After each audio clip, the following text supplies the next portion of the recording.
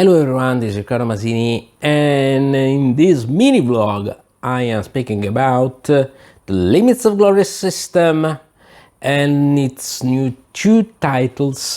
There are Capri and Santa Maura, one, and another Maida. The first one has been Egypt and Egypt, Capri and Santa Maura and Maida. Well, they are Napoleonic campaigns, absolutely crucial for the Napoleonic era, but they are very seldom represented on wargame tables, especially at the operational level, either because they're very strange, that is Egypt, or because they are very peculiar, or also as Maida, or also very limited in space like Capri and Santa Maura. Capri and Santa Maura, for example, Capri was a campaign by Maura, then King of Naples, to conquer from the British the island of Capri, near Naples and Sorrento. Maida, it was the great campaign in southern Italy with British and French and Russians. Yes, we had also Russians in southern Italy during the Napoleonic era. And so they're very strange, peculiar campaigns. And this system, wow, it's so original. The system is by Andrew Rourke and Foursquare Games. I think this is the name of the publishing house. Yeah, for Foursquare Games. And also I want to thank Andrew for having sent me the review copies of Capri, Santa Maura and Maida, even if I had already bought when it was out Limits of Glory title number 1 Egypt, and I also bought Capri, Santa Maura and Maida by myself. Those will be the demo copies for our gaming national group in Italy, Ludostoria, about historical gaming. And yes, we will have them in events because I want to challenge you to find wargame tables with the campaign of Capri. Also in Italy, people will say, did we fight the Napoleonic campaign in Capri?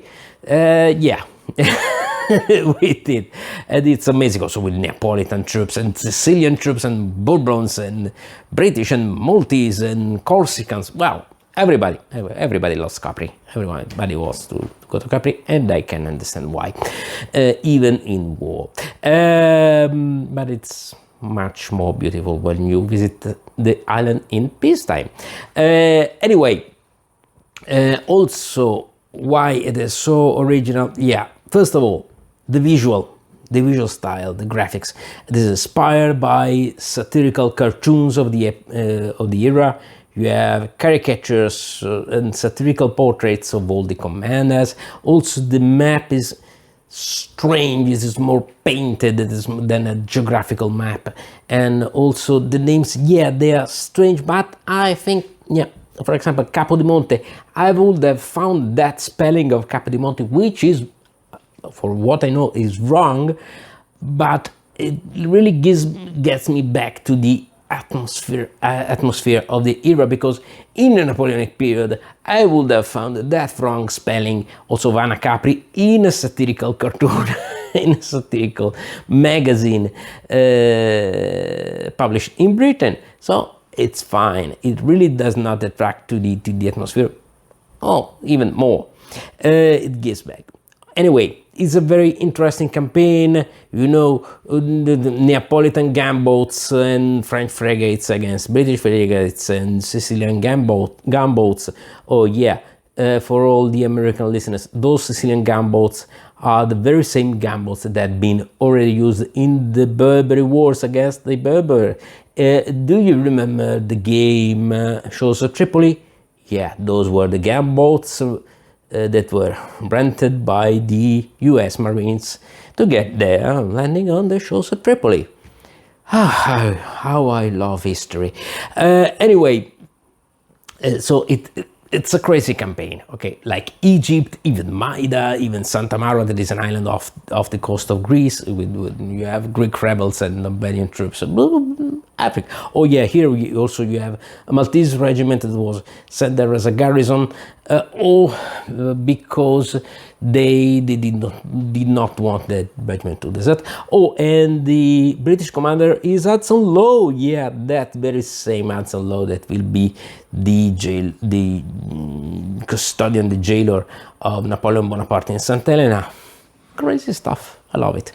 Anyway, but I also love this system for what it is. The main name is Limits of Glory. So every single commander, as you see here, gets a number of glory points that are essentially re-rolls, because every action, everything you try to do, move, combat, move, fight, siege, anyone, you roll a certain number of dice. So you look for successes that are 5 or 6s. If you don't get it, those successes, you begin re-rolling dice, and you lose a point for every roll, and at the end all your best commanders will have finished their points, the glory points, so they will be subject to the whims of fortune. Wow. Okay, a typical turn, how does it work? You roll for an event with a die. For example, let's say, okay, did 6, so French gain 1 reinforcement, wind comes to Combe, so all the British frigates have to get back to Ponza, yeah, because the weather was very important then. And French gain 1 reinforcement, they can have a 1 reinforcement, and I look, do I have, yeah, okay, I have 6, tile number 6, so what does it mean? Well, essentially, okay, won't focus, Matt, don't worry. Essentially, what does it mean is that these event tables will evolve. I get that, so the next time I get a 6, so the table will evolve, and I will get another event. That's it. I will have more dice, and event 10, when it is made at a time, the game ends, so the conclusion is variable, and that is for the events. So every single game will be different from the start, and also thanks to the events. But after that, I get to the momentum roll. I roll 3 dice for the French. I say, okay, I got 2 successes. This means that I have 2 momentum tokens, and let's see what I can make for the British.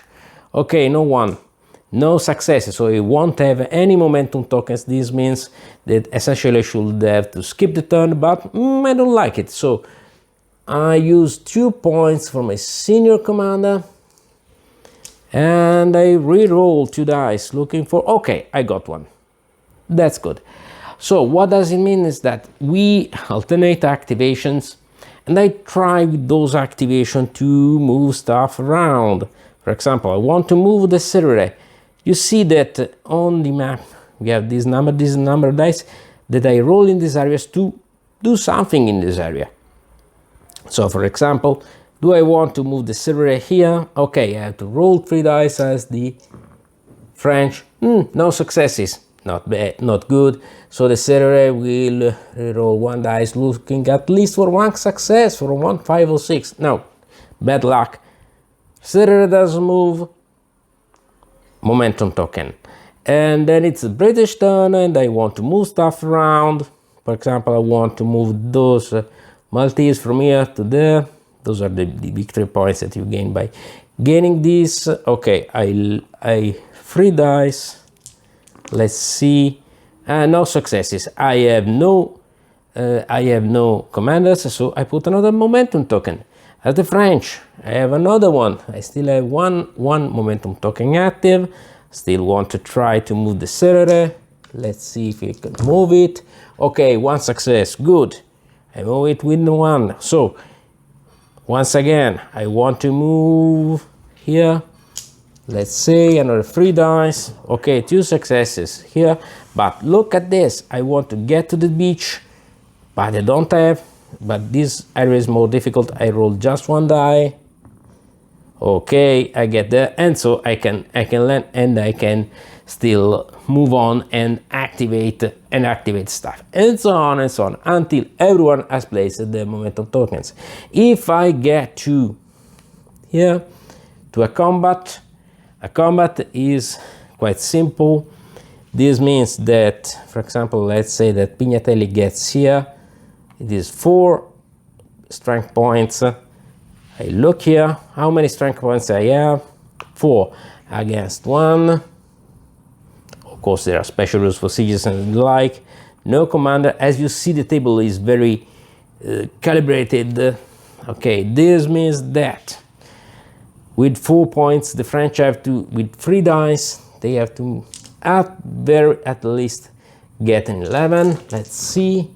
Okay, 6, 4, 1, 11. That's good. The British, they need a 15 to make some damages. Let's see. Okay, it is 8, 5. No, 1 success, but not 13. So it is not good. No hits. No hits. Absolutely are scored. As the French, I can decide by spending 1 point. Pignatelli, I can reroll 1 die looking for another. For example, no, nothing. Okay, 1, 6, 1 success. 1, 6 is 2 hits. Okay, so I remove 2 strength points for the British. Here we go. Bam. And I won this battle. You can also use glory points to force my opponent to reroll. And we go on and on and on until the game is over. That's it. Very simple, very nice. So why do I love this series? For various reasons. First of all, this series allows me to represent very, very almost unknown campaigns, very weird, very peculiar campaigns that are very seldom represented in simulation games. Also, I really love the glory system, the friction, the erosion of the command capability of all the leaders. Also, the leaders can be killed in battle, and also, yeah, the events. So every game will be absolutely and totally different from each other. Also, the game is very solitaire friendly for this reason. Egypt, the Egyptian campaign, the first title, had the part about Malta where the French was bluffing and saying, okay, my fleet, there were hidden fleets. That is not so solitaire friendly, but Capri and Santa Maura are ideal for that, also because they're very limited in spaces, so they're ideal to get yourself introduced with the system. Maida is a bit larger in scope and with the map, and it's fantastic anyway, and it is quite solitaire friendly. Also, high replayability, lots of historical content with the events, and it's something very, very absolutely original. And oh, look at the style. This is a gorgeous map. This is a gorgeous style. It is a totally different idea of a war game, and I really love it. It is not so easy to find, even if there are copies available on various markets in Europe and not just, because those games were on a crowdfunding campaign, but there are other 2 titles coming. One is about the Vendée, the royalist insurrection in France during the Revolution, and one about the American War of Independence. And yes, I will be buying them, because even if Andrew was so kind to send me review copies, I had already bought the game because I really love the system. This is a very original war game, something that I really advise you to have in your collection, because there is nothing like that, and it's a very good representation of a campaign, of a Napoleonic campaign, even if a very peculiar Napoleonic campaign. Okay, this has been Limits of Glory, Capri and Santa Maura, and also there is Maida, and there is the Egyptian campaign, and Vendée and American War of Independence, New Jersey, I think it's called. They are coming, and I really recommend those games. Thank you, have fun, take care, and as always, don't be scared, it's just war games. Ciao.